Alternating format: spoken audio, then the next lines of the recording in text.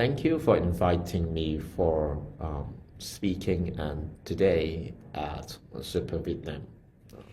My name is Lennix, the Global Chief Commercial Officer of OKs. I've been here with this company for like 8 years, basically starting from very beginning. I'm very appreciate that to be invited to speak about how we think and how OKs think that the digital futures might look like, especially with the presence of crypto, with the presence of blockchain technology. So before we started, I think I would like to introduce that OKX is a global exchanges. Globally, we have 7,000 employees scattered globally. Over the years, we have been building very comprehensive exchange and technological platform with the highest compliance commitment across the industry. The baseline of us is our philosophy of management is to maintain the three lines compliance defense in and from our company. we think that, for example, we think FedF is basically our baseline of compliance defense. We have to maintain, over the years, I think we spent billions in terms of compliance investment. Across 7,000 employees, we have around 10% or somewhat 10% of our team that's actually involved in auditing, internal auditing, risk management, the risk team across different regions, compliance and legal professional. We have global team, we have global function in terms of audits, risk and compliance, and also we have localized personnel that dedicated for the compliance standards locally. Well, our main job for compliance team is to basically focus on three lines of defense of the compliance standard, right? Starting from customer CDD, customer due diligence, enhance the CDD, customer CDD. We have, I think it's an industrial grade standard of detecting suspicious activities across the blockchain. We have industrial standard meeting appreciated by many regulators in terms of detection and reporting of blockchain-based suspicious activities and transaction. And also, I think we have a very good protocol and streamlined procedures to work with law enforcement and cooperate with law enforcement globally. I think one of the key areas that we can achieve all of these is, I think it's basically years of compliance culture and years of understanding of these particular technology,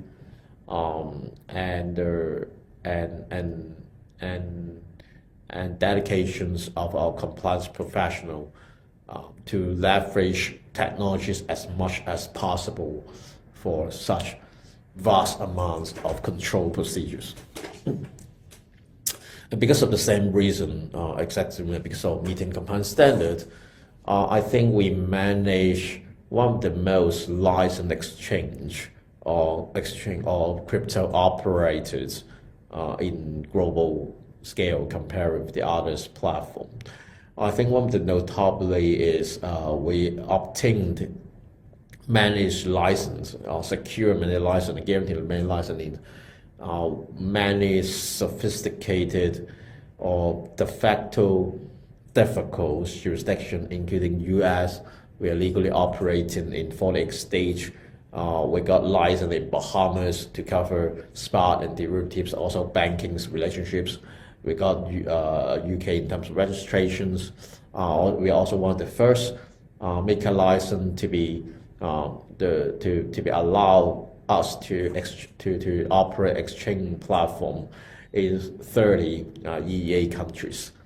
We also pursuing and manage operating locally in Turkey. And also, I think one of the many notable results is recently, starting with last year, yes, we are legally to offer a full service platform in UAE, Dubai region, to offer fiat on and off ramp and crypto pairs. So that, which means that we have direct interactions between the local banking partners. Also, we had a full license, operational license in Singapore, which also allow us for same capability to converting SGD or US dollars into crypto legally under MAS framework and regulations. Not to mention Japan and Australia in terms of operating similar kind of standards and licenses operating globally. I think despite we have the global licensing footprints, I would like to mention a little bit about our OKX3 key products, right? We have many product and features across the entire platform, but if we want to distill into 3 key servers, I would summarize into 3 basic key themes. First is our exchange business. This is basically a bread and butter business. Our business model is very simple. We operating a 24 hours, 7 days, full service exchanges and matching engine. We match buy and seller, and we list tradable products and compressing different kind of products for buyer and seller to trade. For them to trade and for them to hedge the risk and for them to manage their portfolio. Our goal for this particular product is stable, robust, resilient, and also have the capability to provide the best product for crypto users.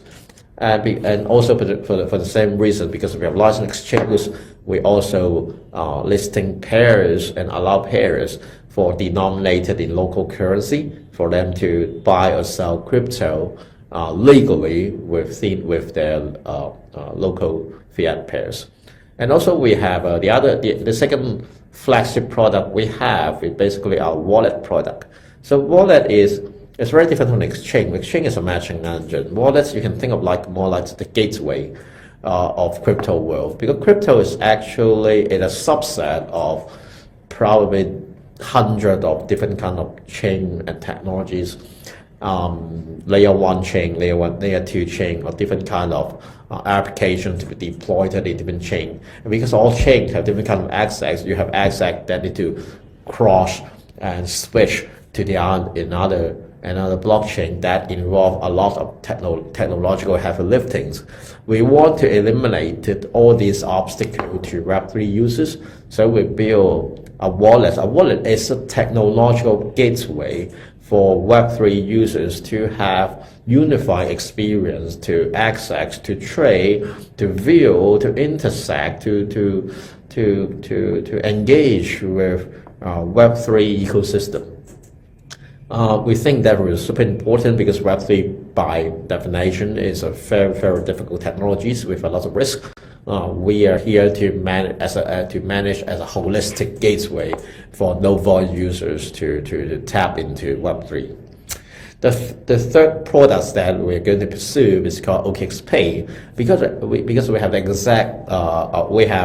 the technologies as underlying that give us capability to convert, to interact with different kind of blockchain, and to have the capability to allow our users to hold and custody the access. And plus, we also have the capability to monitor suspicious transaction to fulfill AML standard. We are going to launch OKX Pay in certain jurisdiction. Probably one day we will extend to Vietnam, is to allow crypto users to pay in crypto and also have KYC. And also, they essentially in theory will allow users to send local currency, local crypto to another users.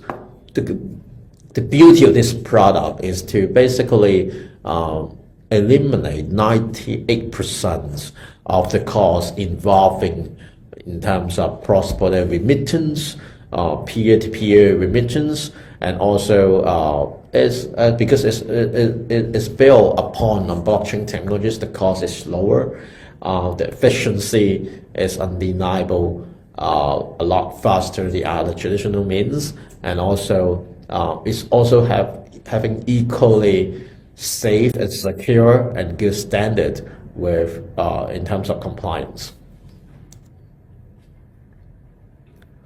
I would like to share a little bit about the other flagship products as OKX, is how to work, the approach that how we're going to work with the others traditional players.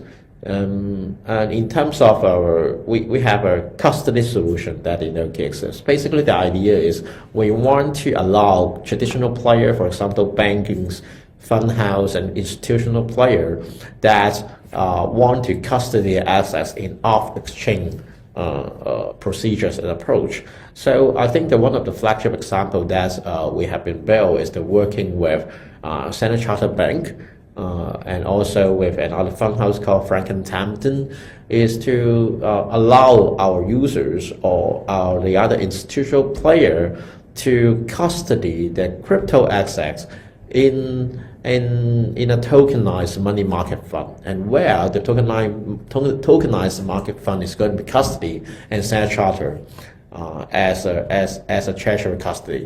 So at the same time, they can equally have the equity balance to be tradable balance in OKX. So the user have two benefits, right? Having an off-exchange balance in custody in the major bank, meeting all the banking related standard in terms of compliance, and also we have a tradable balance in OKX so that they can trade literally in OKX different vast variety of crypto products. I think I will share a little bit about the reason that we want to do this in terms of institutional adoption. Is the crypto is starting from a very small niche product. The beginning of Bitcoin is basically we're talking about peer-to-peer transactions. We focus on scaling Bitcoin. We want to make Bitcoin transaction cheaper and more secure for the last 8 years or 10 years. So we have different kind of solutions like forking the Bitcoin. We have Ethereum that building, sharding, and different kind of layer in order to scale Ethereum. Because we have different kind of chains, so we have the industry is building different kind of cross-bridge solution, asset swapping in order to securely move access across different kind of blockchain. I think for the next generations of blockchain developments, we're going to involve a new subset of technologies and applications. For example, like DeFi, decentralized finance, bridges, and decentralized exchange, and also we will have self-custody technologies with compliance standards embedded into it.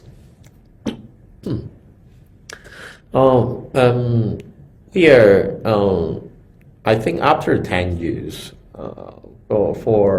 we are starting from this year. That what I feel. I've been here for this industry for 8 years. I think for the 8 years we keep building a technology and scalability and applications for the industry. But starting from last year, I can feel we are at a tipping point of tokenized economy, because we have technologies, we have products, and right now we have compliance standard at global scale. So we are really ready to build a point of having a tokenized economy.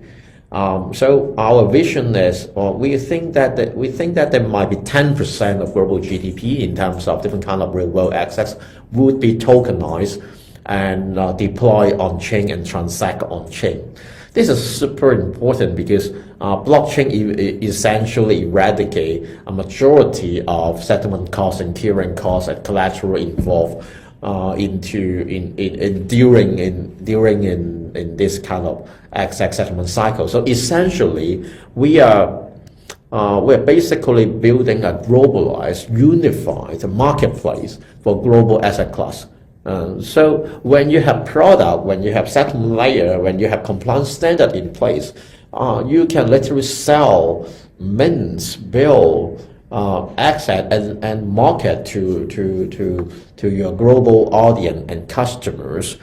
And the blockchain layer will be responsible in terms of transactions, sending, settlement, and clearing process with a fraction of cost. That's today. And not to mention, we're going to have a heavy involvement of AI agent, because AI is basically and unify a very digital oriented substance to interact with different kind of agent, and we need that in the blockchain economy. Yeah, I think I think that's echo to the point is blockchain. The reason that in order to build a tokenized economy is basically if you want to have building a product and service and want to market globally, the best way to do is a more efficient way to do is to really rely on blockchain, because it's one of the most efficient technology that have been proven over the years is having blockchain is easier and more efficient to trade with another counterpart in the other end of the world.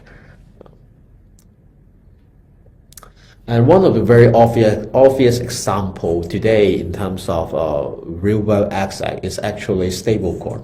It has been operating for the last 7 years, working so well.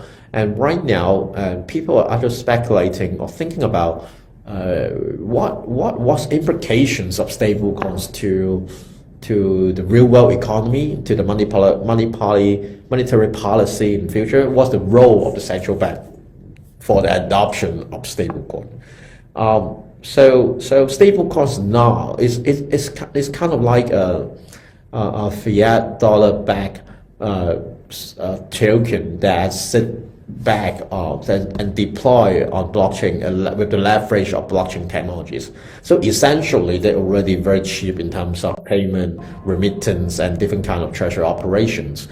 So right now, essentially, you think that if that particular stablecoin so we can see a huge adoption in terms of US dollar stablecoin. Probably the collateral involved in US dollar stablecoin right now is really close to any kind of major central bank in the world. So essentially, stablecoin is one of the best way, or one of the most efficient way for people to indirectly holding US treasuries, the government bonds. So if you think about that, how about the other central bank, right? I think everyone will starting to think about the intention of having a stablecoin strategies for their local currency, because it's one of the best way to sell, to allow people to indirectly holding government bonds, which is one of the best, which is much better way for allowing people to use the traditional means of cash or check in terms of banking balance. Not to mention that without sacrificing the global cooperation or anti-money laundering standards, and even probably provide efficient manner for executing monetary policy for the central bank. Yeah, I mean that's probably the echo that point. So because of the same reason, I think people will start. I think all the countries starting to think about CBDC strategies or even the stablecoin strategies, allowing private enterprise to mint and sell and market and to produce their own stablecoin in their local fiat currency. And also because of the same reason, people are starting to think, I think central banks starting to think about adding Bitcoin or other crypto to be part of the reserve as a collateral, as the backing substance of their own local currency. We are here in Vietnam, so I appreciate that we have an opportunity to talk in Super Vietnam. Vietnam is obviously one of the most important venture and countries that we are building our business and focus on, because we're exciting because so there's a couple of reasons. We have a really, I think Vietnam got a really young, exciting audience and very crypto savvy audience. The population is growing super fast and have a very adaptive to the Web3 and crypto culture. We can see a lot of very strong developer community that can build, that have capability to build very exciting application in blockchain. I think the crypto adoption or Web3 adoption is a lot easier for countries like Vietnam, and hopefully OKS can play a role, and OK is very exciting to work with Vietnam's local partners and local friends to build the tokenized economy ahead. And hopefully our technologies, our compliance standard, and our global fashions can play a role and example as a resources for the Vietnam community to use, to build, and to leverage. Thank you so much for today, and very happy if a chance to come to Vietnam and meet you guys again. Thank you.